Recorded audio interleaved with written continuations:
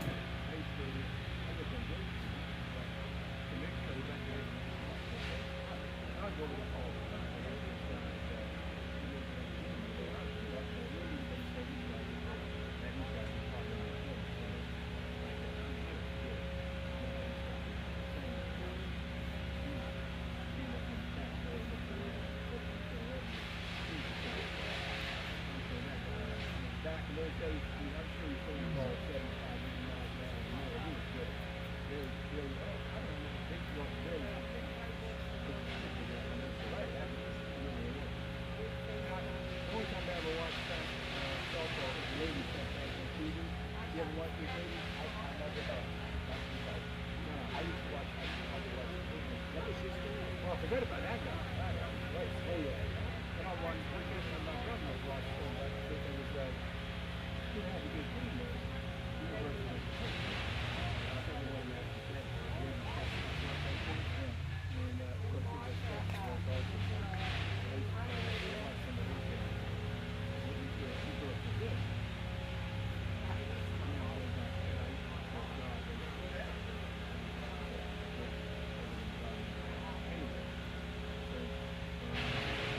also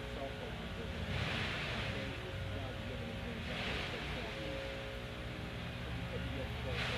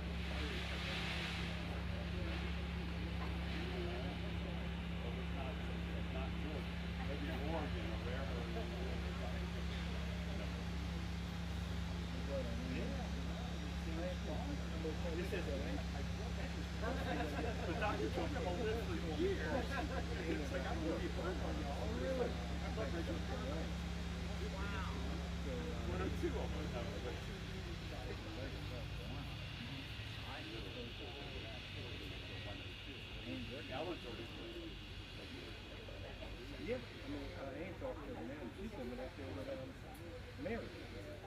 Pretty much. Maybe. I know she does drive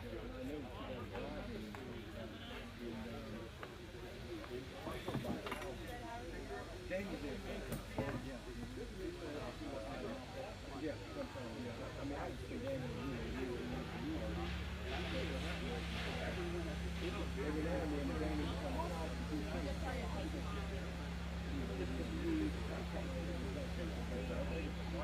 Unbelievable. How are you, Sam? Thank God. You? Good.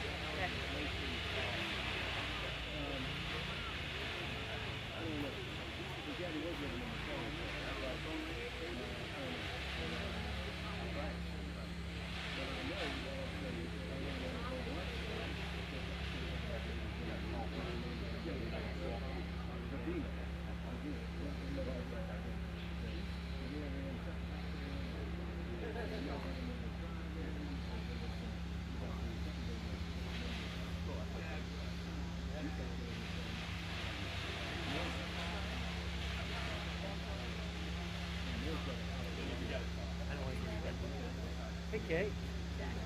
Watch out for the mud. Well, Try to go under.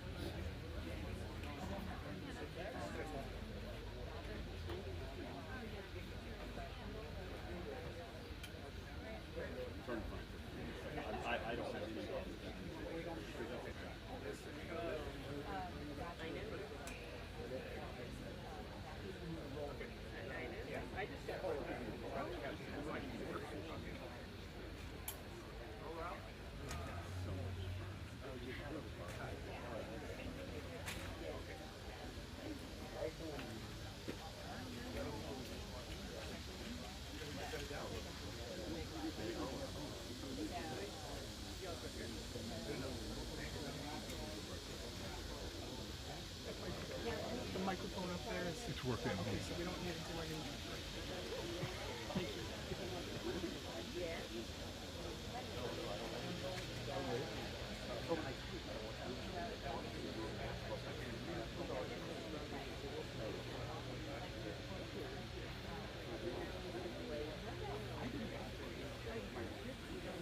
Oh, no, it was taken.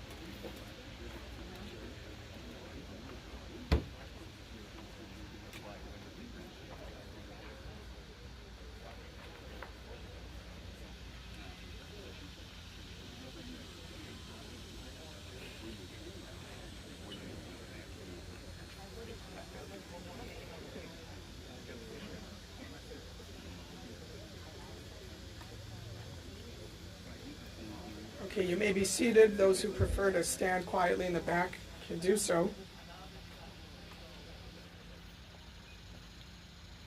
We're gathered here today to honor and to remember the life of Mildred Sonenshine, or Mickey Sonenshine, Miriam Bas Yeshayahu Ve'itka. We're going to begin the service with a recitation of Psalm 121. Shir Lamalo Sesai Nael Hehari Me'ayin Yavo Ezri. Ezri Me'im Adonai Osei Shamayim Va'aretz. Al Yitein Lamot Raglacha Al Yanum Shomeracha. Hinei Lo Yanum V'lo Yishan Shomer Yisrael. Adonai Shomracha Adonai Tzielcha Al Yad Yaminacha. Yomam Hashemesh Lo Yakeka Yareach Balayla. Adonai Yishmarcha Mikol Ra Yishmar Es Nafshacha. Adonai Yishmar Tzizcha Uvalacha Me'atavi Adolam. I lift my eyes up into the mountains, from where shall my help come? My help comes from the Lord who made the heaven and earth. He will not allow thy foot to suffer to be moved. He will keep thee that will not slumber. Behold, he that keepeth Israel does not slumber nor sleep. The Lord is thy keeper. The Lord is thy shade upon thy right hand. The sun shall not smite thee by day, nor the moon by night. The Lord shall keep thee from all evil. He shall keep my soul. The Lord shall guard thy going and thy coming in, from this time forth and forever. We'll be hearing words of eulogy from members of the family, first by Stanley and Kenny, and then by representing the grandchildren, by Emily and David.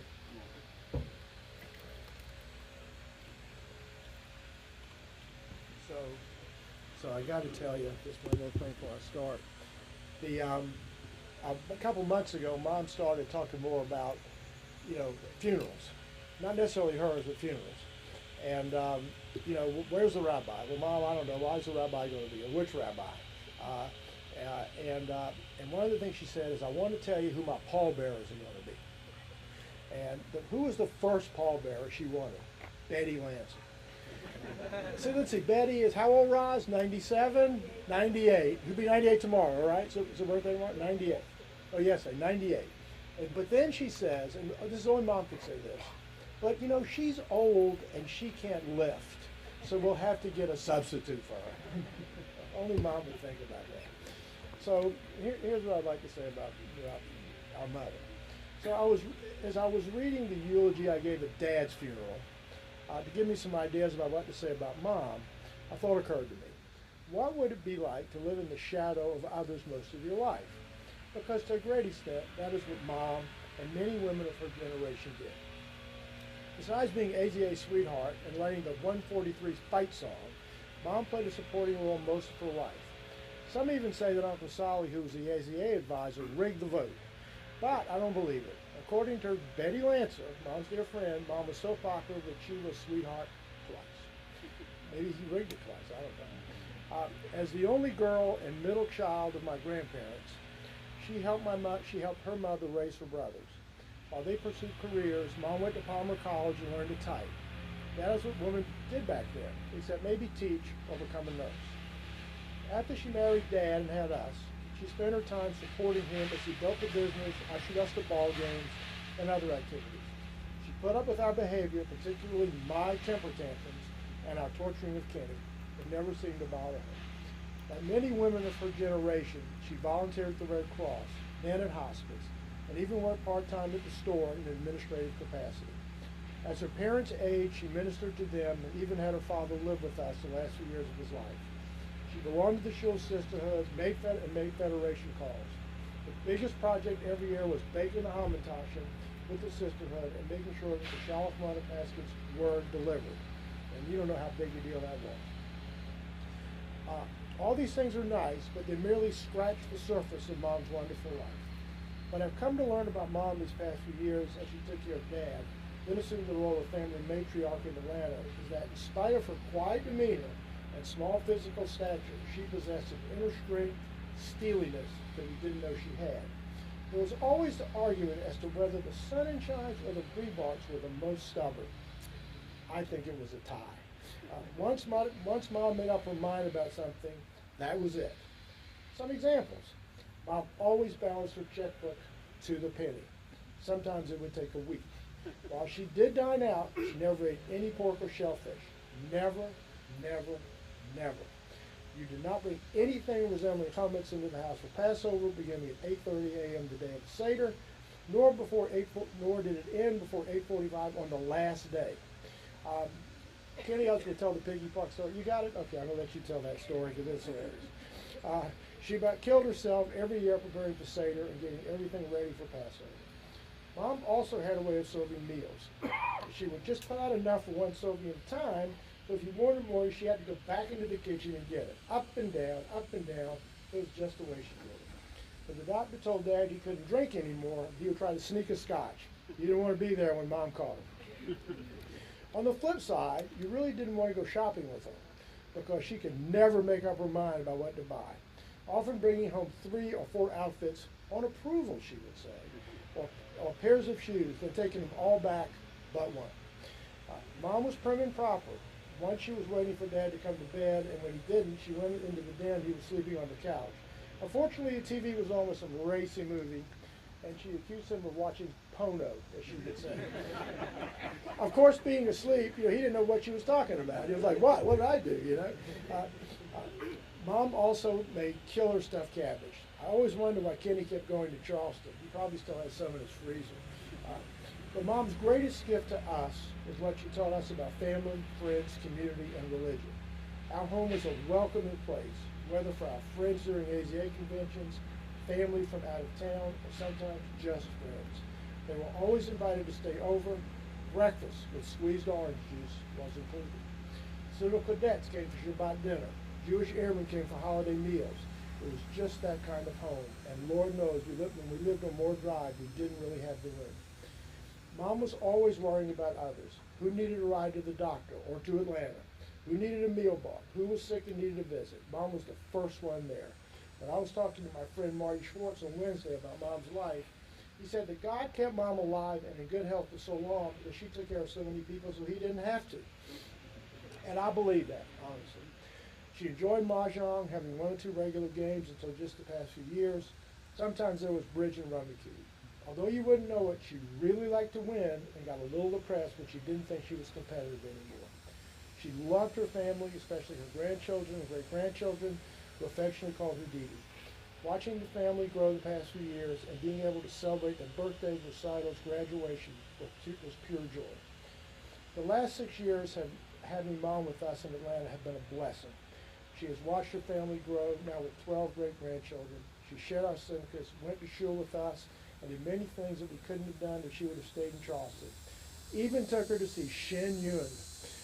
Glad she didn't convert. It was funny. It was funny for the holidays because Mom would sit with us in the front of the shul. Having been in the back corner of the Mechitza all those years, I think she really enjoyed moving up. So last, I want to thank Lucy Awua and Awa Mega, who for their loving care of Mom the past few years. They have been true angels. We are thankful for both our parents. We are thankful that both our parents had long and until the very end healthy lives. They left us their good name and showed us that being rich is not about what you have, but what you do and how you treat others. For that, we are truly blessed.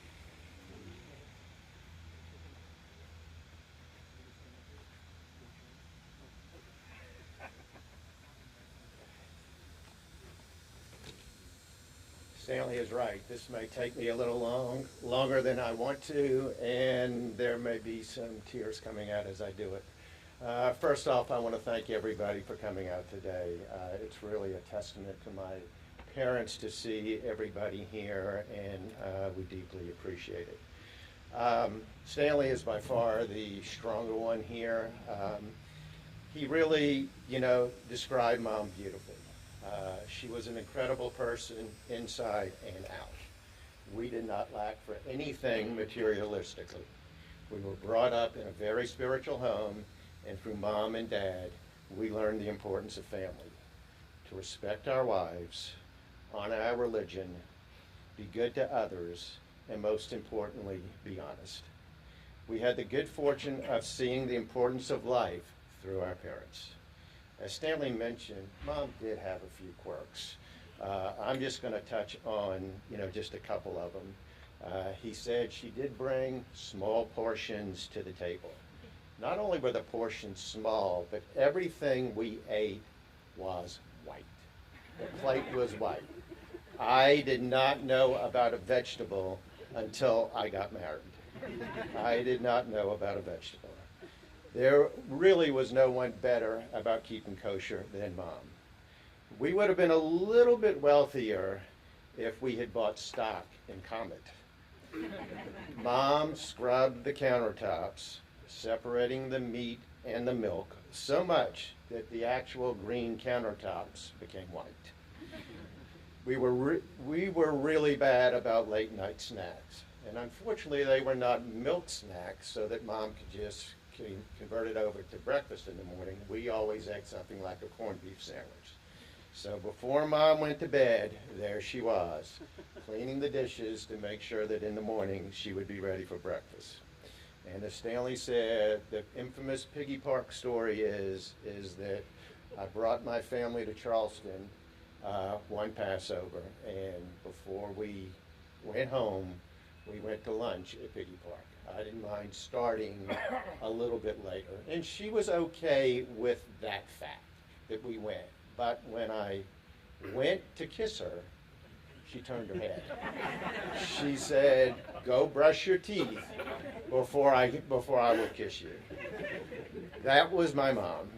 There are just too many other things that we could go on, and it's hot, and I understand we will hear about that, over the next couple of days. Having her with us in Atlanta was truly a treat and blessing. After being in Charleston for 91 years, she really did not give us a hard time about leaving. Mother's Day 2014, she and I got in the car and left Charleston behind. Her life without Dad, may he rest in peace. May he rest in peace. It was a new place, and it was a new place and style of living after so many years. She was going to have new friends. She was going to have different streets to drive on, and so many other things to adapt to, and she did great. We were able to enjoy Mom through so many nice things in Atlanta. The most recent were Passover this year and Sharon's 65th birthday, which she seemed to really enjoy. Mom, go in peace and take care of everyone in the other world.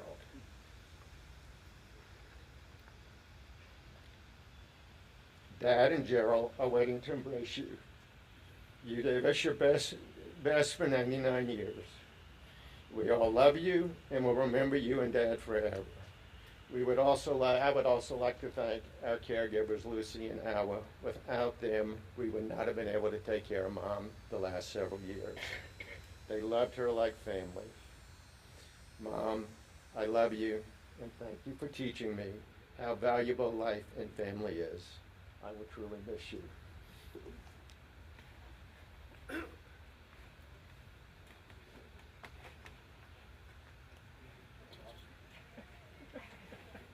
Now the grandchildren.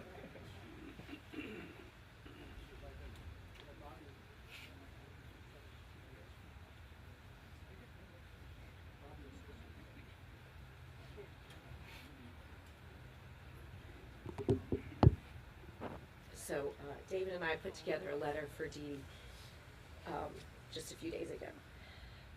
Dear Dee, it is with a heavy heart, but full heart, that we write this letter to you. It has truly been an honor and privilege to be your grandchild. We are so lucky to have had you for all these years. Not many people our age can say that about their grandmother. We will always cherish the fact that you and Papa Itchy lived so close to us, that you all were such a big part of our lives. We will always remember you as the classic Jewish grandmother who never stopped trying to feed us and was always willing to take us to Frankie's Fun Park or do anything else to make us happy. We loved coming to visit you and Papa Itchy at 42 Fort Royal. So many of our friends also got the 42 Fort Royal experience. Made to order meals no matter what time of day, staying up all night with the TV so loud that you could hear it down the street. We would play cards together, visit the duck pond, play grocery store in your kitchen while you cooked, put Piggly Wiggly stamp books together for prizes, and listen to your Missy stories. Throughout your life, we came to appreciate many things about you, but there are three that stand out over all others. It's a similar theme. First is selflessness. You defined the word of sacrifice and never stopped giving of yourself. Whether it was the pouring baskets for BSBI or writing notes for hospice to making Shiva calls, you never knew how to say no to anyone or any cause. You cooked meals when people were hungry, no matter the time, and your house was always open to strangers for Shabbat and other Jewish holidays. We would drive people to appointments who couldn't drive and take them to synagogue for services. You sold cookbooks for BSBI out of the trunk of your car, even in Atlanta. You took care of Papa Sam and Papa Itchy when he was at the end. You were even crazy enough to take David and Rachel to Disney World at ages 6 and 5. Needless to say, Dee Dee and Papa Itchy didn't take any of the other grandkids to Disney after that trip. You once told me that you said hi to everyone on the Battery when you walked, and that helped make Charleston one of the friendliest cities in the country. That was our Dee Dee. Second is Judaism. We learned so much about being Jewish from you and Papa Itchy. Whenever we would visit, you were always teaching us Yiddish words or about some other Jewish tradition. We always appreciated the fact that you kept kosher and walked to synagogue on Yom Kippur. We will think of you every Passover and how hard you worked every year creating a beautiful Seder for our family and others who needed a Seder to go to. Thank you for making matzo ball soup even when it was 100 degrees, serving chopped liver and other family favorites like Aunt Bertha's mono bread. Thank you even more for setting a solid foundation and showing us how to keep a Jewish home and raise a family with Jewish values. Third is strength, or strength in family. She was able to withstand the only female amongst 4 brothers, and then raising 3 boys and dealing with Papa Itchy as a husband. It should come as no surprise that you were strong. But you taught us that you didn't have to be loud or use many words. She often mumbled a lot, but you could show strength with actions, few words, and good deeds. This made you even more powerful because when you spoke, people listened. As the matriarch of our family, you taught us that family, friends, and Judaism are the most important things in life. You kept up with relatives and friends from all over the country. You balanced your checkbook without using a calculator well into your 80s. You were the first lady of wholesale industrial electronics, BSBI, while Papa Itchy was president, and were always the Speaker of the House at 42 Fort Royal. Your work here is done. You have raised 3 accomplished and outstanding boys who were smart enough to marry amazing women that treated you like a mother. You have 6 successful grandchildren plus spouses and 12 great-grandchildren and counting who are making their mark on the world based on the lessons you have taught us. It is time now for you to rest. Papa Itchy and Dad are waiting for you.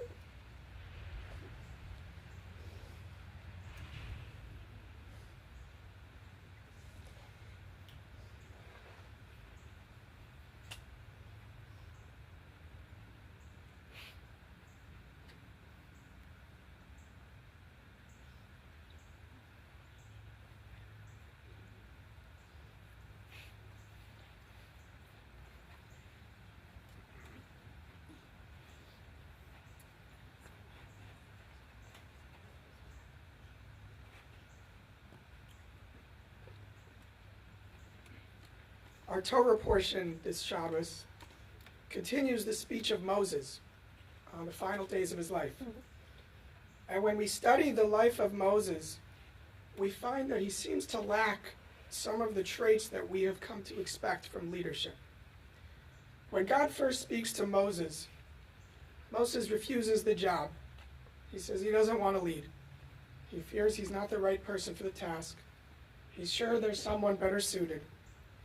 And as we fast forward now this week's parsha at the end of his life, we find that his position of authority never got to his head. As the Torah states explicitly, Moses was the most humble individual who ever lived. And our sages explain that Moses' humility and desire to remain out of the spotlight is actually what made him the perfect person for the task of leading the Jewish people. Our sages teach that people who chase after honor, honor runs away from them. But those who run away from honor, honor chases after them. We just heard from the family, and one of the first things that was said by Stanley is that his mother was a person who lived in the shadows. But as we learn from Moses, sometimes the greatest are the people who live in the shadows. And I believe Mickey Sonenshine was such a person.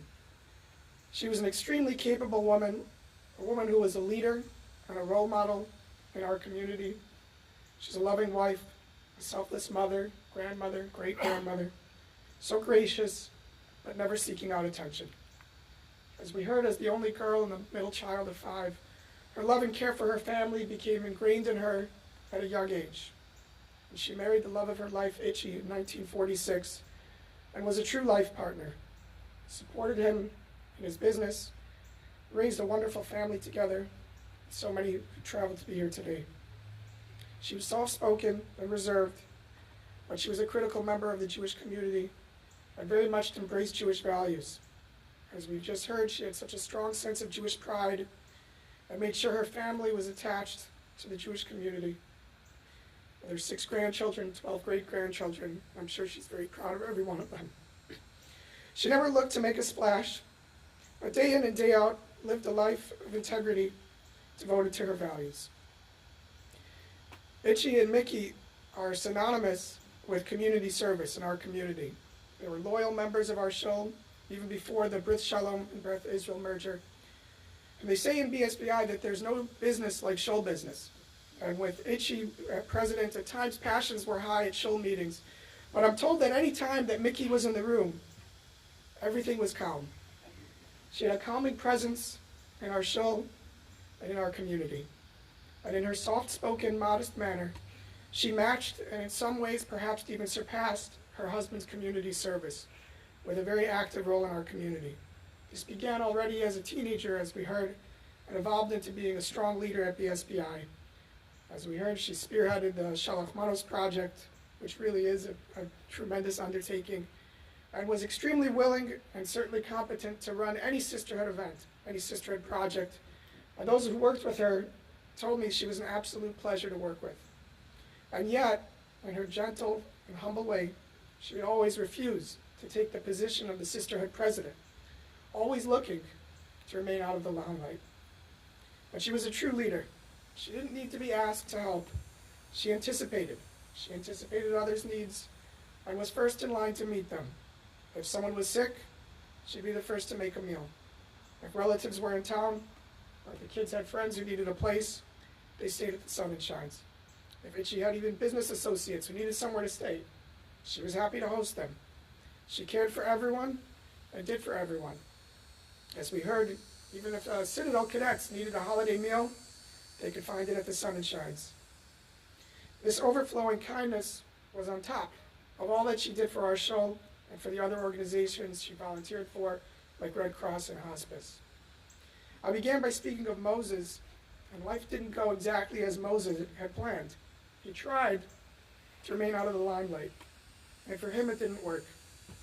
Last night when I was looking at the weather forecast and seeing the storms that were supposed to be happening this morning, I thought that's what she was planning, so that we wouldn't all be able to gather and sing her praises. And I'm glad that she, like Moses, didn't get her wish, and we did have this opportunity to share a glimpse of her life, this special woman who was cherished by so many in our community. Tehi nishmasad surabitz Rakhami, may her soul be bound now with that which is eternal. We're going to continue with the traditional act of burial. We have two customs that I'd like to bring to your attention before we invite everyone to participate in this. One custom is that when shoveling the earth, we use the back of the shovel for the first time to show our hesitation in performing this act of kindness. And second, we don't pass the shovel from one person to the next, but rather place the shovel in the earth for the next person to grab. I'll demonstrate and then invite the family to come forward, followed by anyone else who'd like to participate.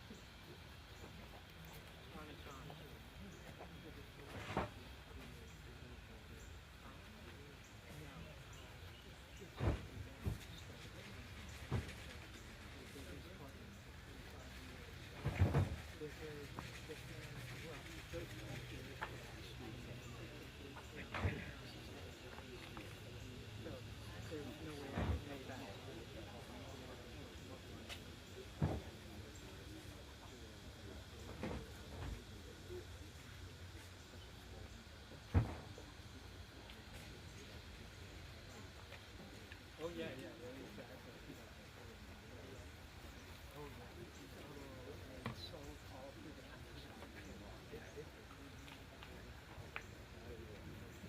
Yeah, exactly.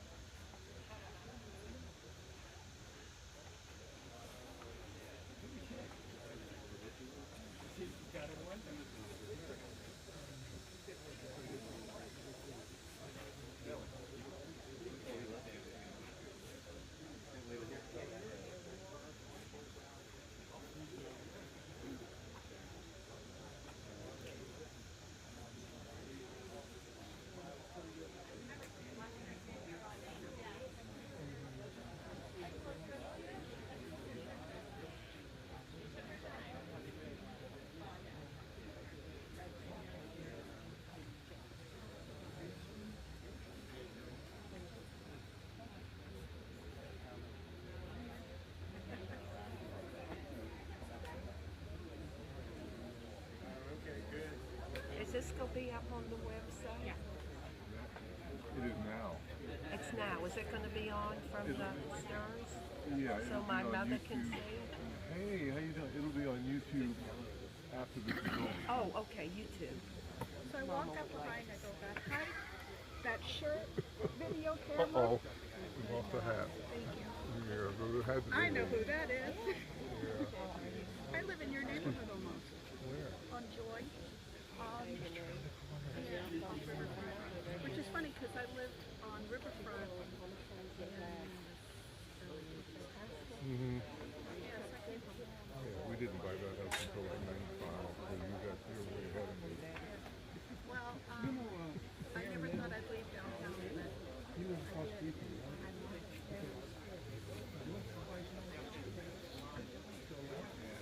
I mean, I miss Hampton Park. I miss being, having the grocery store.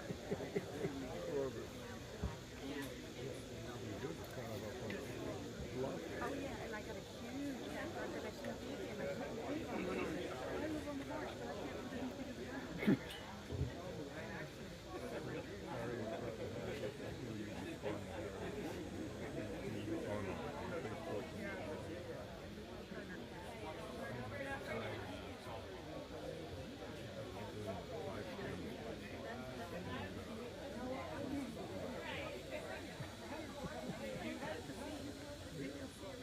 Okay, well, all right. Thanks for saying that.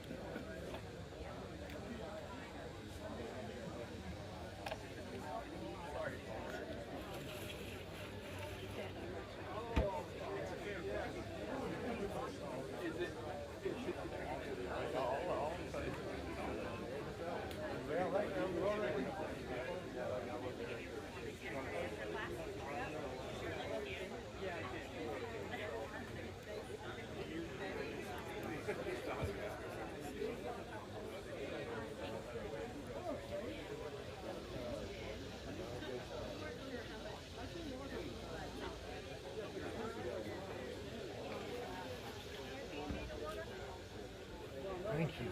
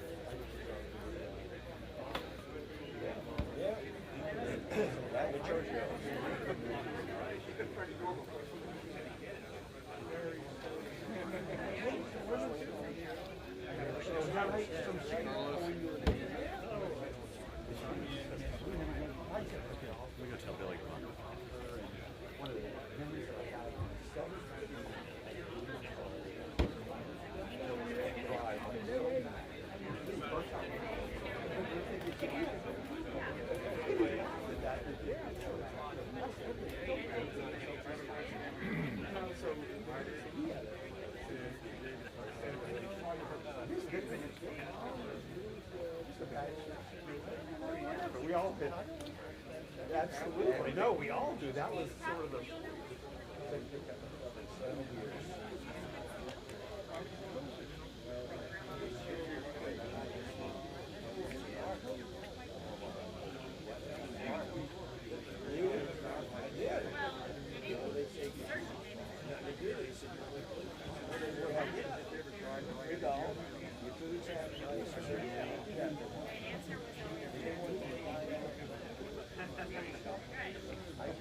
But I think kids, when they're learning how to speak, hold on to like the lessons. Like when my boys were little,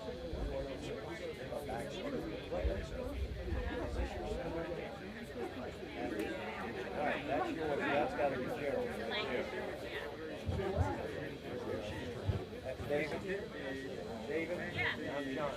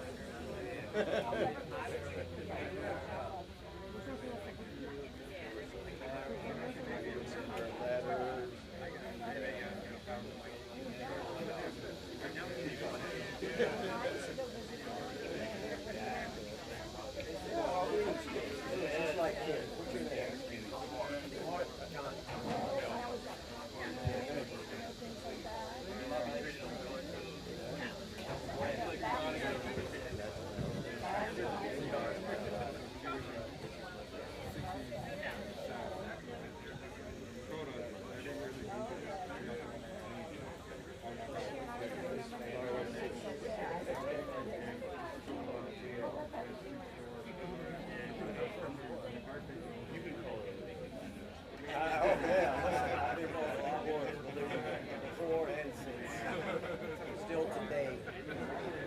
But yeah, that's what I need from Mexico. Dallas didn't help.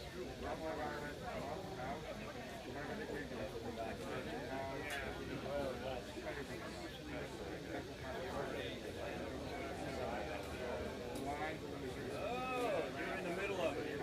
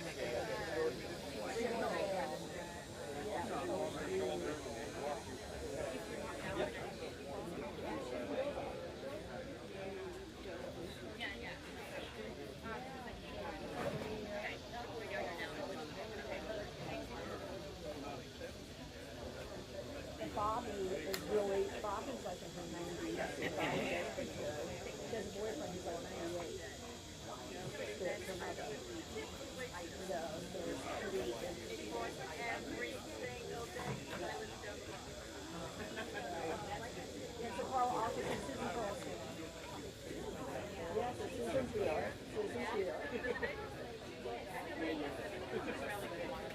Yeah, she's very good friends with Marlene. Marlene does needle points for them all the time. You know, she does beautiful needle points. And I've seen them needle points. And I also really got something in Marlene. Yeah, so Susan also is back in South America. Everyone lives in South America. It's the neighborhood to be in. So Susan lives in South America. Jan, her sister, who I'm very close with, lives in South America. I like to get a walk out the door and go for a walk with somebody who needs 2 doors down. So, yeah. No. So South America, it's literally 6 months here, whereas Kenny was that was 6 months. Remember y'all's first hospital like this with Kenny? Yeah, that was a great one. Yeah. Crystal Creek's not very good. So did you go to Bessie's? That is fun. Get some on the way home.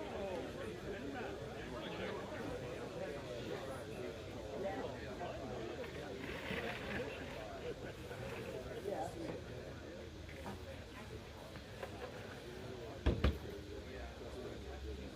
Your mom would love it. She would love it. So, Kenny brought up a purple chart. But you got it. You got it. And it was right after that movie. And we used to go to Piggy Park. Go to Piggy Park to do that. People just see the microphone.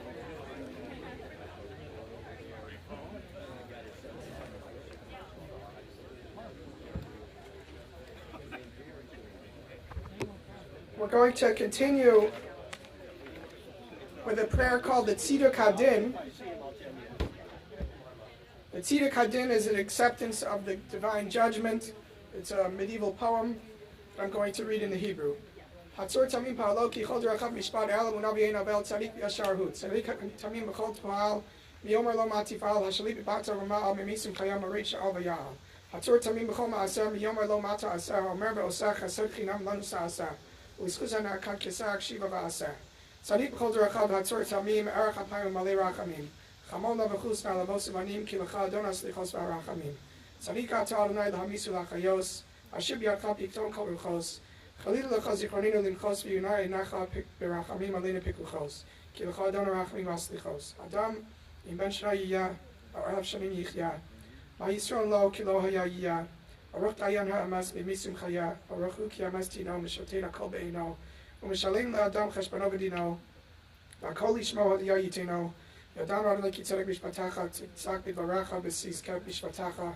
Ve'in laha'herach hamidas shavtacha. Tzadik ata Adonai b'yashar b'shpatacha. Dayan Hamas, Shofet Tzedek Hamas, Aruch Dayan Hamas, Shekol Mishpatat Tzedek Hamas, Nefesh Kol Chavi Yadecha, Tzedek Malayim in Chavi Yadecha, Rachem Al Pleitas Tzon Yadecha, V'Samar L'Malach Heref Yadecha, Gedol HaYitzah B'Rava Alila, Asher Yinecha Pikuchos Al Kol Darchei B'nei Adam, L'Sis L'Ish Ki Derchav B'Chifrei Ma'alav, L'Agid Ki Asher Adonai Tziriv Lo Allah Sabo, Adonai Nasan, Adonai Lakach, Yishem Adonai Mevarach, V'Rachum Yechaper Avon V'Lo Yashchis, V'Rbala Shiva Po, please rise for the El Malei Rachamim prayer. El Malei Rachamim Shochein Bamromim Hamtzei Menuchanachona Tachas Kanfei Ashchina B'malos Kidoshim Utorim Kizar Harakia Mazirim Es Nishmas Miriam Bas Yeshayahu Shalcha Liolama Began Eden Te Menuchasa, Lachen Balarachamim Yastira, B'Seser Kinafav Liolamim, V'Yitzor B'Tzor HaChayim Es Nishmasa, Adonai Hu Nachlasa, V'Sanuach B'Shalom Mishkeva, V'Nomar, Amen. We're going to do a Kel Malei for Itchy as well. Kel Malei Rachamim, Shochen, Bamromim, Amtzei, Menuchanachona Tachas Kanfei Ashchina, Malos Kidoshim Utorim Kizar Harakia Mazirim Es Nishmas Yitzchak Ben Mordechai Shalach Liolamo Began Eden Te Menuchaso Lachen Balarachamim Yastira B'Seser Kinafav Liolamim V'Yitzor B'Tzor HaChayim Es Nishmaso Adonai Hu Nachlaso V'Yanuach B'Shalom HaMishkavo V'Nomar Amen.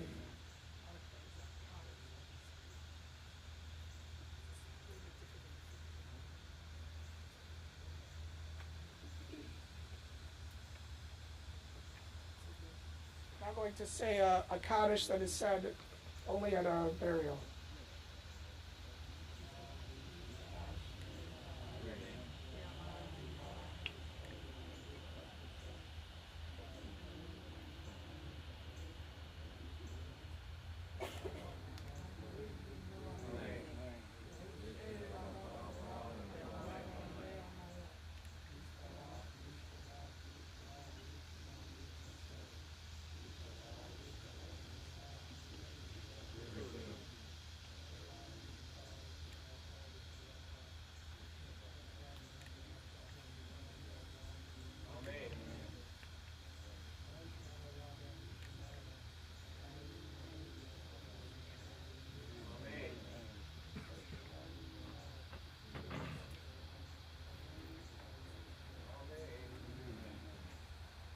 At this point, we've done everything that we know according to our tradition to do for the deceased. We now shift our attention to the family mourning. The custom is to have 2 lines of people and have the mourners walk through the 2 lines. So we're going to form 2 lines over here and have Benny and Stan walk through. As we say the traditional words of comfort, may God offer you comfort amongst the mourners of Zion and Jerusalem.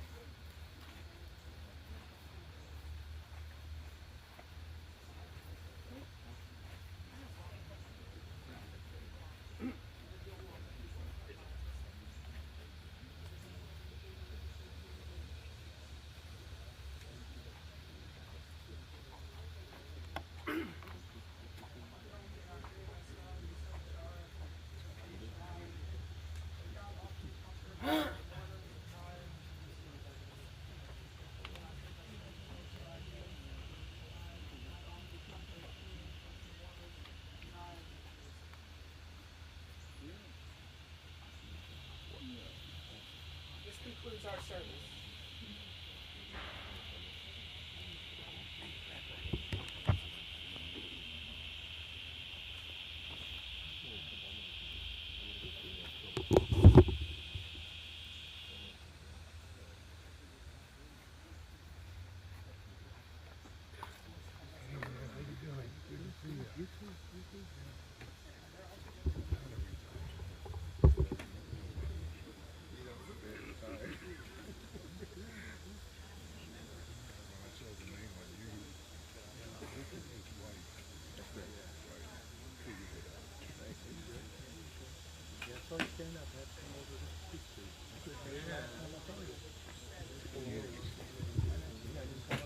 The videographer.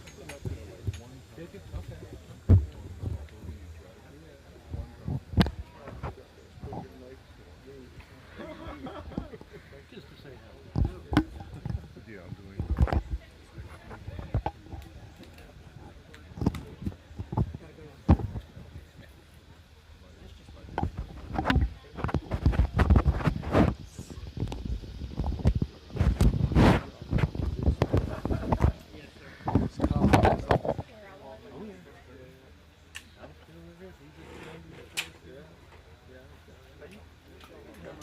Of course I do.